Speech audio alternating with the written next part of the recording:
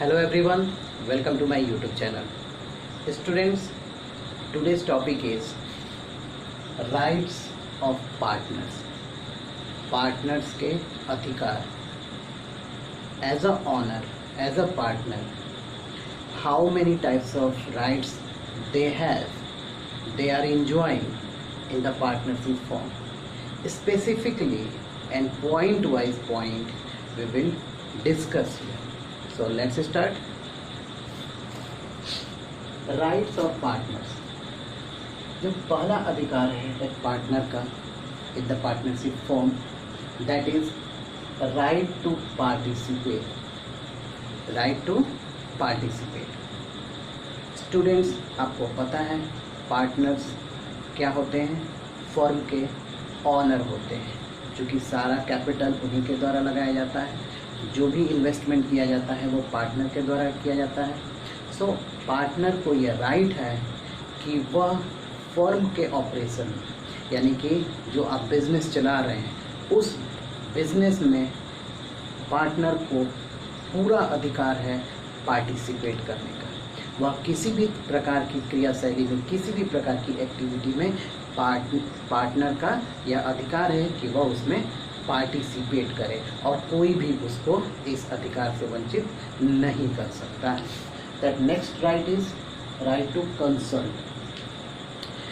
Business में किसी भी प्रकार की एक्टिविटीज़ हो रही है, फर्म में किसी भी प्रकार की एक्टिविटीज़ हो रही है, कोई भी एक्टिविटीज़ है, सो पार्टनर और that arrest partners duty is to take a consent and also consult with the other partner. Consult करना ज़्यादा ज़रूरी है. सभी पार्टनर्स आपस में बात और विचार करने के बाद ही किसी बिजनेस को वो आगे करेंगे. Third right is right to inspect the books of accounts and also have a copy of it. Rights to inspect the books of account. Definitely, if they are a owner of the business, if they are a partner of the firm, they have a right to inspect each and every books of accounts.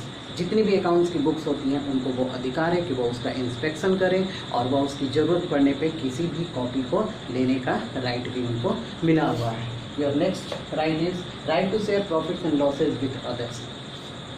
With others means that with other partners of the firm. Student partner also has a right to distribute that earned profit. Okay.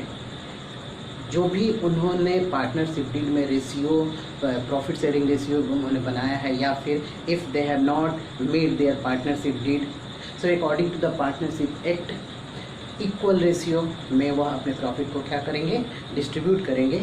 ये उनका अधिकार है. Come to the next point, right to receive interest on loan. Sometimes capital की ज़रूरत पड़ जाती है, sometimes capital कम हो जाते हैं फर्म के पास और फर्म पार्टनर के पास इतना कैपिटल नहीं होता है कि वह फिर से इन्वेस्टमेंट करे, या फिर होता भी है तो पार्टनर नहीं चाहता है कि वह फर्म को कैपिटल के रूप में इन्वेस्टमेंट करे फर्म में उस पैसे को, तो वह फर्म को क्या करता है, एज अ लोन देता है और फर्म उस पार्टनर के द्वारा लिए हुए एडवांस को एज अ लोन ट्रीट करती है और उस लोन पे प्रायोरिटी बेसिस पे उस लोन पे इंटरेस्ट दिया जाता है, अलाउ किया जाता है. किसको? पार्टनर को. पार्टनर ने जो लोन दिया है फर्म को, फर्म क्या करेगी, उस लोन पे एक फिक्स रेट से इंटरेस्ट देगी and that rate of interest is fixed here. If that partners had not made their any partnership deed according to the partnership act 1932, that partner has a right to receive at the rate of 6% interest on loan. So this is specific here. उसको interest उसके loan पे मिलना ही मिलना है.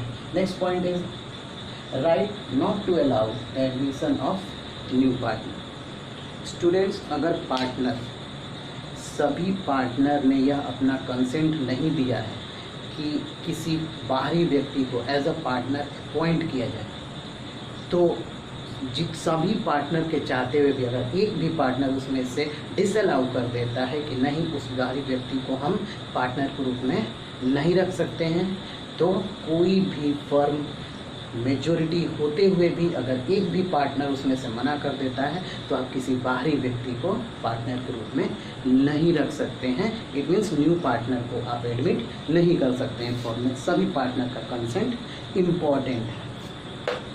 Come to the last point, and that last point is here, right to retire from the firm after giving proper notice and prior notice. Proper and prior notice. This is the last right of, last but not least right of a partner. Partner अगर बीच में अपना retirement चाहता है, firm का objective अभी fulfil नहीं हुआ है, फर्म अभी और भी आगे चलेगी आने वाले समय में, बट अगर पार्टनर रिटायरमेंट चाहता है फर्म से तो वह एक प्री नोटिस देने के बाद, प्रियर जो नोटिस होता है एडवांस में नोटिस देने के बाद वह बता सकता है बाकी पार्टनर को कि इस साल के बाद वह रिटायरमेंट ले लेगा और उसको रिटायरमेंट लेने का पूरा अधिकार है। So students, these are the short topic of that chapter first which I have discussed here, right of partners. I hope आप लोगों को यह राइट्स ऑफ पार्टनर समझ में आया होगा। अगर किसी भी प्रकार का प्रॉब्लम अगर इससे रिलेटेड है, so you may make a comment in that comment box. Thanks for watching.